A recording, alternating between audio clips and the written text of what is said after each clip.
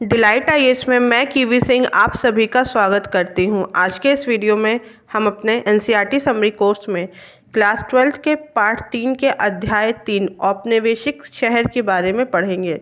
इसमें जब भारत में ब्रिटिशर्स का आक्रमण हुआ था और जब ब्रिटिश कॉलोनी यहाँ पे बन गई थी तो किस तरीके से शहरों का निर्माण हुआ, 3 प्रमुख शहर उभरे थे।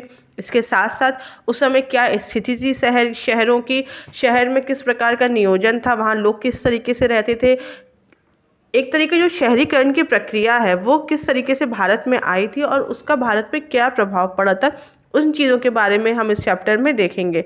कलकत्ता, मद्रास और बॉम्बे, ये 3 प्रमुख शहर हैं जिनके बारे में हम इस चैप्टर में पढ़ेंगे। ठीक है, इनकी प्लानिंग, इनके बारे में, इनका आर्किटेक्चर, ये सब बहुत सारी चीज़ें हैं जो इसमें बारे में हम देखेंगे। ठीक है, सबसे पहले बढ़ते हैं आज के प्रश्न की तरफ। आज का प्रश्न है, सबसे पहले अखिल भारतीय जनगणना का प्रयास कब किया गया था? 1872 में, 1881 में, 1791 में या 1899 में? इसका उत्तर मैं आपको वीडियो ख़त्म होने पर बताऊंगी। अब बढ़ते हैं अपने चैप्टर की तरफ और देखेंगे औपनिवेशिक शासन में शहर शहर किस तरीके से उभरे थे। पश्चिमी विश्व के ज़्यादातर भागों में आधुनिक शहर औद्योगिकरण के साथ आए थे। उद्योगों के विकास के साथ, जिस तरीके से इंग्लैंड में जब औद्योगिकरण की क्रांति हुई थी तो शहरों का विकास हुआ था, उसी तरीके से ये चीज़ें हमें भारत में भी देखने को मिलेगी।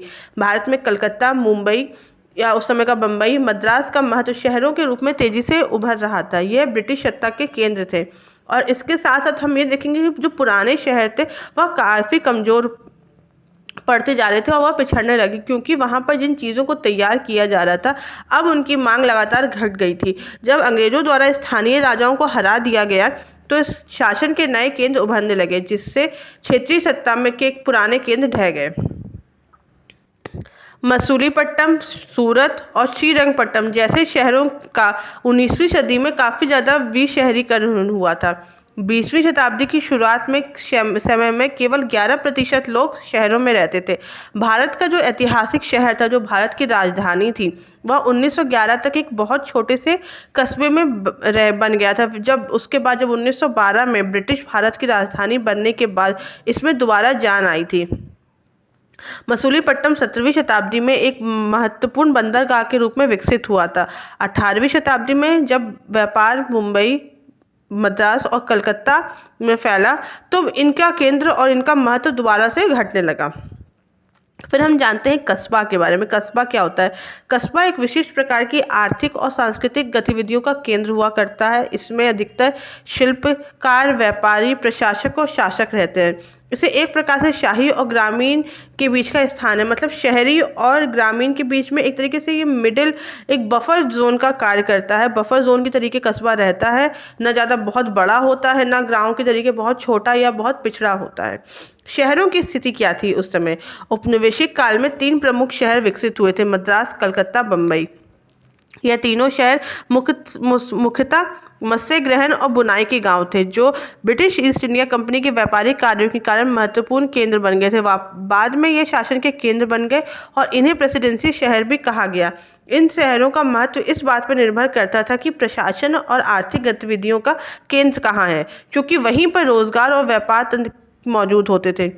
हम उसके बाद ये देखेंगे कि मुगलों द्वारा बनाए गए अधिकतर शहर प्रसिद्ध थे, जैसे जनसंख्या के केंद्रीकरण और अपने विशाल भवनों के कारण ये अपनी समृद्धि के कारण जो प्रसिद्ध थे हमेशा से, जैसे कि आगरा, दिल्ली और लाहौर, ये मुगलों के प्रमुख केंद्रों में, शाही केंद्रों में आते थे और ये किले बंद होते थे। यहाँ पे उद्यान, मस्जिद, मंदिर, मकबरे आदि मिलते थे और विभिन्न दरवाजों से इन पर नियंत्रण रखा जाता था। फिर हम देखेंगे कि उत्तर भारत के मध्यकालीन शहर में कोतवाल नामक एक राजकीय अधिकारी नगर के आंतरिक मामलों पर नजर रखता था और कानून बनाने की कोशिश करता था। 18वीं शताब्दी में किस तरीके के परिवर्तन आए हैं ये देखते हैं। जैसे जैसे मुगल साम्राज्य का पतन हुआ, 18वीं शताब्दी में मुगल साम्राज्य का पतन हुआ, वैसे ही पुराने नगरों का अस्तित्व खत्म हो गया और अनेक क्षेत्रीय शक्तियों का विकास हुआ और जिससे नए नए नगर बनने लगे, जैसे कि लखनऊ, हैदराबाद, पूना, नागपुर, बड़ौदा, तंजौर आदि। उसके बाद इसमें व्यापारी, प्रशासक, शिल्पकार और अन्य व्यापारी रहते थे। उनका काम यहाँ पे संरक्षण उपलब्ध कराना था। चूंकि राज्यों के बीच में युद्ध होते रहते थे, इसलिए यह लोग यहाँ के भाड़े के सैनिक का भी कार्य करते थे। फिर इन शहरों पर यूरोपीय कंपनी ने भी अपना अधिकार जमा लिया था। जैसे पुर्तगालियों ने पणजी में, डचों ने मछलीपट्टनम में, अंग्रेजों ने मद्रास तथा फ्रांसीसियों ने पौंडीचेरी में अपना व्यापारिक केंद्र खोल लिया था। 18वीं शताब्दी में स्थित साम्राज्य में अधिकतर स्थान पर जलमार्ग द्वारा यूरोपीय साम्राज्य को अपनाया गया था, जिससे भारत में पूंजीवाद और वाणिज्यवाद को बढ़ावा मिला था। मध्यकालीन शहर सूरत, मछलीपट्टनम और ढाका का पतन हो गया और प्लासी युद्ध के बाद मद्रास, कलकत्ता और मुंबई जैसे जो शहर थे वह आर्थिक राजधानियों के रूप में उभरे थे। इन शहरों को नए तरीके से बसाया गया और भवनों और संस्थानों का निर्माण भी किया गया। रोजगारों के विकास के साथ साथ यहाँ पर लोगों का आगमन भी बहुत तेजी से हुआ था। फिर हम देखते हैं औपनिवेशिक रिकॉर्ड के बारे में। ब्रिटिश सरकार ने बहुत विस्तृत रिकॉर्ड रखा था, नियमित रूप से सर्वेक्षण किया, जनसंख्या डाटा एकत्रित किया और अपने व्यापारिक मामलों को विनियमित करने के लिए अपनी व्यापारिक गतिविधियों के आधिकारिक रिकॉर्ड भी प्रकाशित किए थे। ब्रिटिशर्स ने मानचित्रण शुरू किया था, क्योंकि उनका मानना था कि यह स्थलाकृति को समझने के लिए, मतलब उस समय की जो जोग्राफिकल सिचुएशन है उसको समझने के लिए बहुत ज़रूरी है। 19वीं शताब्दी के उत्तरार्ध में ब्रिटिश सरकार ने भारतीय प्रतिनिधियों को शहर में बुनियादी सेवाओं के संचालन के लिए और निर्वाचित करने के लिए जिम्मेदारियां देनी शुरू कर दी थी। और फिर हम देखेंगे कि सबसे पहले जो जनगणना का प्रयास था वह 1872 में किया गया था। उसके बाद 1881 में ये किया गया और उसके पश्चात 10 वर्ष पश्चात हमें जो जनगणना की जो व्यवस्था थी वह एक नियमित व्यवस्था बन गई, जिससे शहरों में जलापूर्ति, निकासी, सड़क निर्माण आदि चीज़ों के बारे में भी पता कर सके और जनसंख्या पर भी नियंत्रण किया जा सके। कई बार स्थानीय लोगों द्वारा मृत्यु दर या बीमारी के बारे में गलत जानकारी दी जाती थी, हमेशा ये रिपोर्ट नहीं की जाती थी। कभी कभी ब्रिटिश सरकार द्वारा भी जो रिपोर्ट या रिकॉर्ड रखे जाते वह भी कई बार पक्षपातपूर्ण होते थे। कई अस्पष्टता और पूर्वाग्रह के बाद भी इन अभिलेखों और आंकड़ों ने औपनिवेशिक शहर के बारे में पढ़ने में काफ़ी ज़्यादा मदद की है। उत्तर औपनिवेशिक शहरों में रिकॉर्ड संभाल के रखने का क्या कारण था? सुचारू रूप से चलने वाले के लिए आंकड़े और जानकारियों के आधार पर रिकॉर्ड को संभाल कर रखा गया था।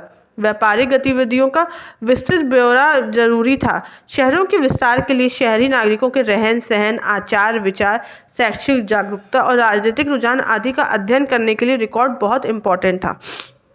किसी स्थान की भौगोलिक स्थिति और भूदृश्यों को समझने के लिए भी रिकॉर्ड को संभालना काफ़ी ज़रूरी था। इसके साथ साथ हम ये देखेंगे कि जनसंख्या के आकार में होने वाले सामाजिक बढ़ोतरी का अध्ययन करके उसके प्रशासनिक तौर तरीके और नियम कानून आदि को बनाने के लिए अनेक कार्य सुनिश्चित करने के लिए रिकॉर्ड संभालने का कार्य बहुत ज़रूरी हो गया था। फिर हम देखते हैं कि आंकड़े एकत्रित करने में क्या कठिनाइयाँ आ रही थी। लोगों द्वारा जानकारी सही नहीं दी जा रही थी, क्योंकि लोगों को ऐसा लगता था कि अंग्रेजी शासन उन कानूनों को किस तरीके से कुछ अलग कानून बनाएगी और यह कानून उन्हें नुकसान पहुंचाया जाएगा, और मृत्यु दर और बीमारियों के आंकड़े भी एकत्रित करना काफ़ी मुश्किल होता जा रहा था। लोगों का ब्रिटिश शासन के प्रति भरोसा कम था, इसलिए वह उन्हें कोई भी बात अपनी सही से बताने के लिए नहीं मानते थे।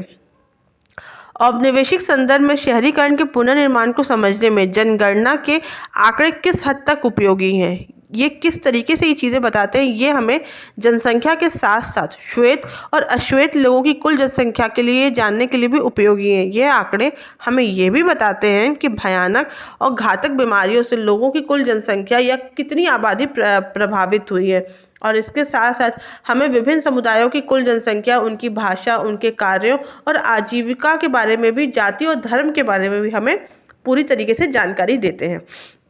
फिर हम जानते हैं व्हाइट टाउन और ब्लैक टाउन के बारे में। औपनिवेशिक शहरों में गोरों यानी कि अंग्रेजों और कालों अर्थात कि भारतीयों के लिए अलग अलग बस्तियां होती थी। उस समय लेखन में भारतीयों की बस्तियों को ब्लैक टाउन और गोरों की बस्तियों को व्हाइट टाउन कहा जाता था। इन शब्दों का प्रयोग नस्ल के आधार पर भेद प्रकट करने के लिए किया जाता था। अंग्रेजों की राजनीतिक सत्ता की मजबूती के साथ साथ यह नस्ली भेद लगातार बढ़ता चला गया है। इन दोनों की बस्तियों के मकान में भी अंतर होती है। भारतीय एजेंटों तथा बिचौलियों ने बाजार के आसपास व्हाइट टाउन में ढंग से मकान बनाए, सिविल लाइन्स में बंगले होते थे और इनके आसपास छावनियाँ भी बनाई जाती थी। और जो ये जगह होती थी वह काफ़ी साफ़ सुथरे होते थे, जबकि ब्लैक टाउन जो होता था वह एक अनियोजित तरीके से बनाई गई चीज़ें थी। यहाँ पे बीमारी फैलने का ढंग होता था। यहाँ पे अधिकतर भारतीय लोग रहते थे, जिनके पास जो मजदूरी करते थे या जो एक निम्न वर्ग के लोग आते थे, उस तरीके के लोग वहाँ पे रहते थे। फिर हम देखेंगे कि औपनिवेशिक काल में भवन निर्माण की कई शैलियाँ प्रचलन में आई थी, जिसमें 3 प्रमुख थी। पहली थी नवशास्त्रीय या नियो क्लासिक शैली। इसमें बड़े बड़े स्तंभ के पीछे रेखा गणितीय संरचनाएं पाई जाती थी, जैसे कि मुंबई का टाउन या एलिफिंस्टन सर्किल। फिर दूसरी शैली थी नव गॉथिक शैली। इसमें ऊंची उठी हुई छत होती थी, नोकदार मेहराब और साज सज्जा देखने को मिलती है, जैसे कि सचिवालय, बम्बई विश्वविद्यालय या बम्बई उच्च न्यायालय। तीसरी शैली है इंडो सारासेनिक शैली। यह भारतीय और यूरोपीय शैली का मिश्रण होता है।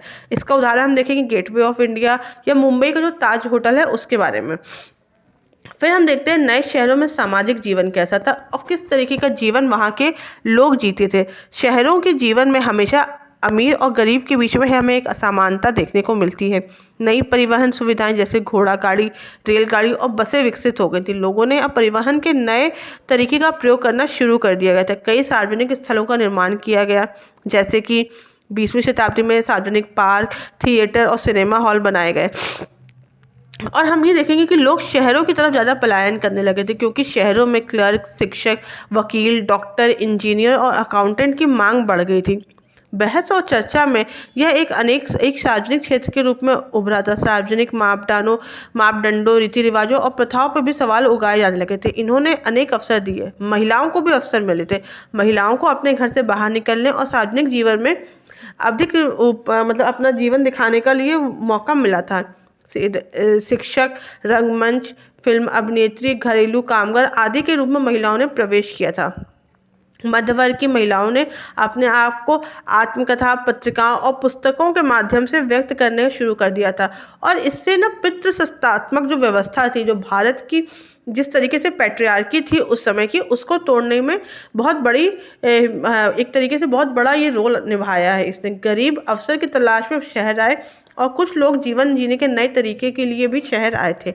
शहर में जो जीवन था वह महंगा था, नौकरियां निश्चित नहीं थी और कभी कभी प्रवासी अपना पैसे बचाने के लिए जो परिवार होता था वह मूल जगह पर ही छोड़ देते थे।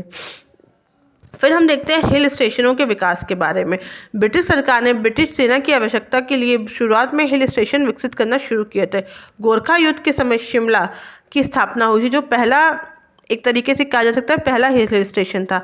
एंग्लो मराठा युद्ध से माउंट आबू का विकास हुआ। दार्जिलिंग को 1835 में सिक्किम के शासक से ले लिया गया था।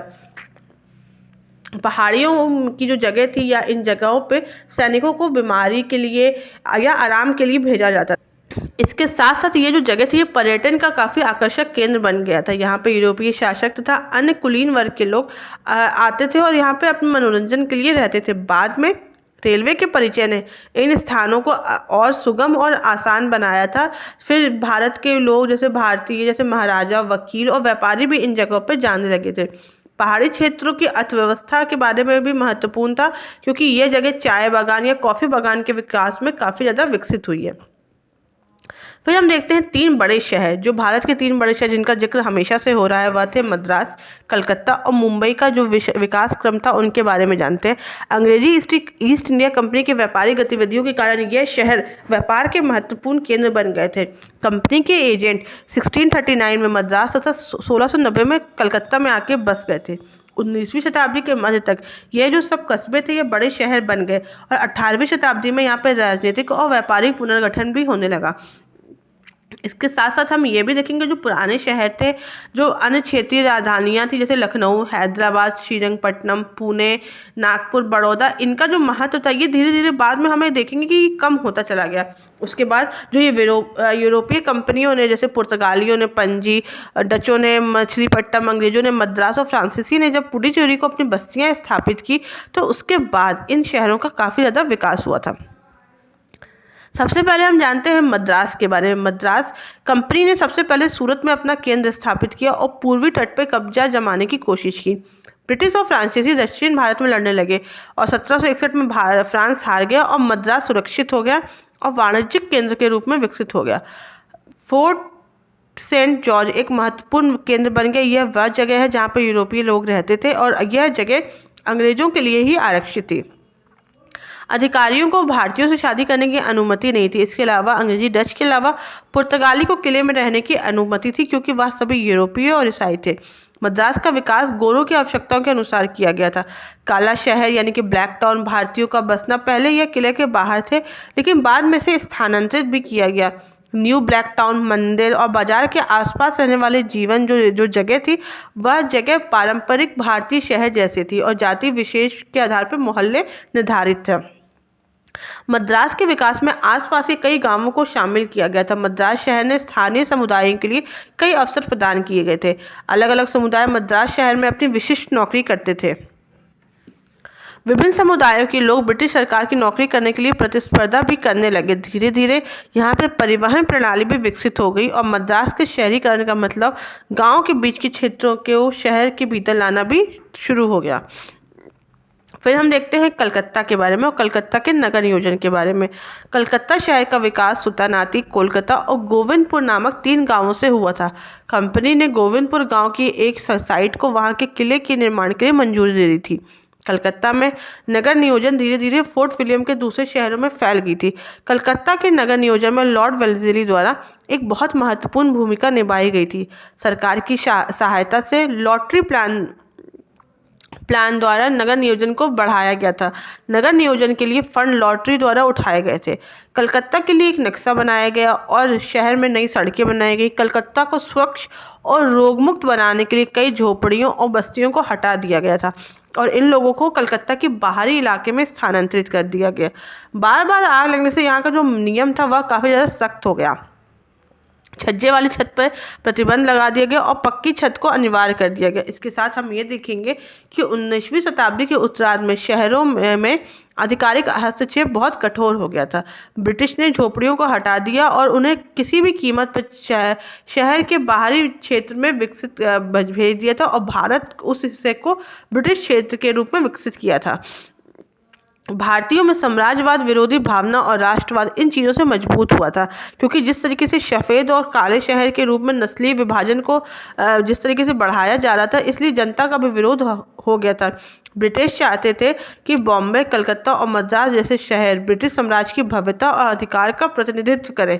नगर नियोजन का उद्देश्य पश्चिमी सौंदर्य विचारों के साथ साथ उनके सावधानीपूर्वक, तर्कपूर्ण योजना और ठीक ठाक से ढंग से पूरा करने का प्रतिनिधित्व भी कराता था। फिर हम देखते हैं भारत बॉम्बे में जिस तरीके की वास्तुकला थी। बॉम्बे में सरकारी भवन मुख्य रूप से रक्षा, प्रशासन और वाणिज्य जैसे कार्यात्मक जरूरतों की सेवा के लिए किए जाते थे, लेकिन ये अक्सर राष्ट्रवाद, धार्मिक महिमा और शक्ति के विचारों के लिए प्रदर्शित किए जाते थे।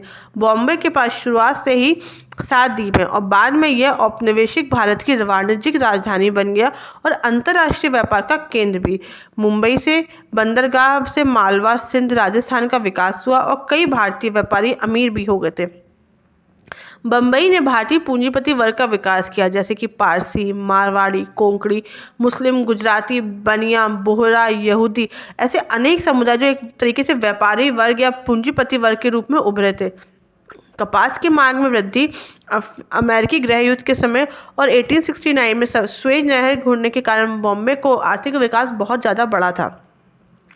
बॉम्बे को भारत के सबसे महत्वपूर्ण शहरों में से एक घोषित कर दिया गया था। मुंबई ने भारतीय व्यापारियों की सूती मिलों और भवन निर्माण में निवेश करना शुरू कर दिया और एक बहुत महत्वपूर्ण शहर के रूप में इसका निर्माण किया गया और इसका जो इमारतों का भी निर्माण किया गया था उसमें भी यूरोपीय शैली में चीज़ें बनाई गई थी। हम देखते हैं इन चीज़ों का क्या स्रोत था, मतलब हमने जितनी भी चीज़ें पढ़ी हैं, जैसे कि मैंने आपको हमेशा से बताया है कि जो भारतीय इतिहास या किसी भी तरीके का इतिहास पढ़ने के लिए उसके जो स्रोत हैं वह कैसे हैं। तो इन चीज़ों का स्रोत क्या था? ईस्ट इंडिया कंपनी के रिकॉर्ड, जनगणना और नगर पालिका रिकॉर्ड। यह चीज़ें भारत के इतिहास के बारे में या भारत के उस समय की औपनिवेशिक शहरों की स्थिति के बारे में जानने में एक प्रमुख स्रोत के रूप में उभरे थे। आते हैं आज के प्रश्न की तरफ। तो आज का प्रश्न था कि भारतीय जनगणना का पहला प्रयास कब किया गया था? तो इसका उत्तर है 1872 में और 1881 से ये रेगुलर हर 10 साल में किया जाने लगा। ठीक है, आज के वीडियो में बस इतना ही। अगर आपको इस वीडियो से रिलेटेड कोई भी डाउट हो तो आप मुझे कमेंट बॉक्स में बताएं और फ्री PDF के लिए हमारे टेलीग्राम ग्रुप को ज्वाइन करें। Thank you so much.